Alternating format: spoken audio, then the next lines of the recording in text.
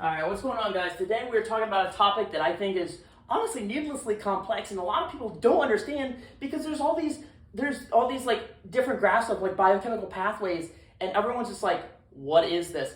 Don't worry, I'm gonna break it down for you. Cholesterol into testosterone. It is not that hard. I'm gonna show you the basis of how this happens and what goes on and what chemicals you need and all that stuff and the different morphocism steps, okay? So right in the beginning, honestly, there's two big things that you need. You have cholesterol, right? And you also have luteinizing hormone. Now, luteinizing hormone comes out of the pituitary gland of the brain, okay? You also have cholesterol. Now, cholesterol is broken down into HDL, LDL, and triglycerides. Now, once you have these things, we know we need luteinizing hormone and we need that cholesterol, okay? So, very simply put, once you get that luteinizing hormone that comes out of the pituitary gland of the brain, it comes down to the gonads. This is a gonad cell, just very simply. This is a gonad cell, okay? So you now have an incoming luteinizing hormone and an incoming lipid channel. And I'm just gonna say channel just to put it very simply. So when both of these things come in, they come into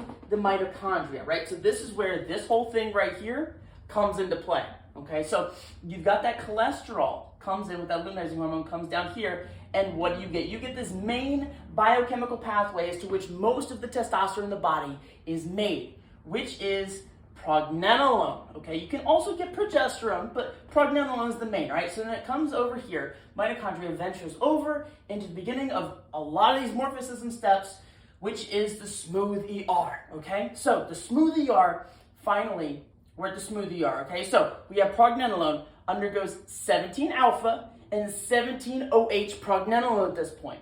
You can also get progesterone, again, through 17-alpha, 17-OH progesterone, okay? So you have these steps right here. Now, there's two slightly different pathways as to which this can go, because pregnenolone not only can become DHEA and go a different route, or it can also go down and be converted into into testosterone, eventually into estrogen, which I'll explain later. So we're right here and we're right here.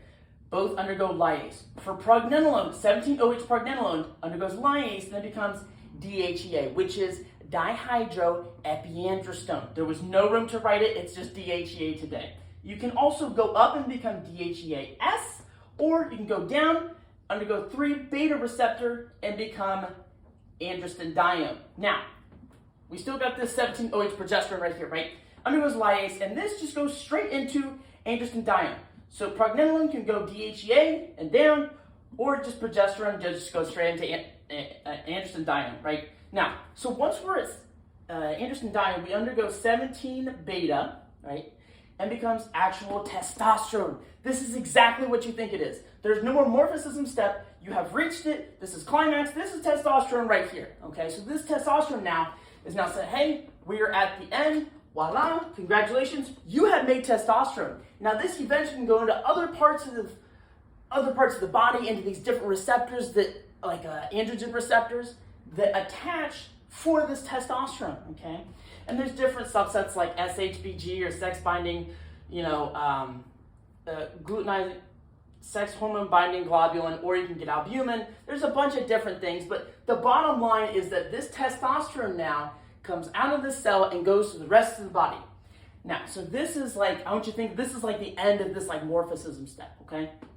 You can also, once again, undergo 5-alpha reductase into dihydrotestosterone. Or you can also just go aromatization and then become estradiol, which is a form of estrogen.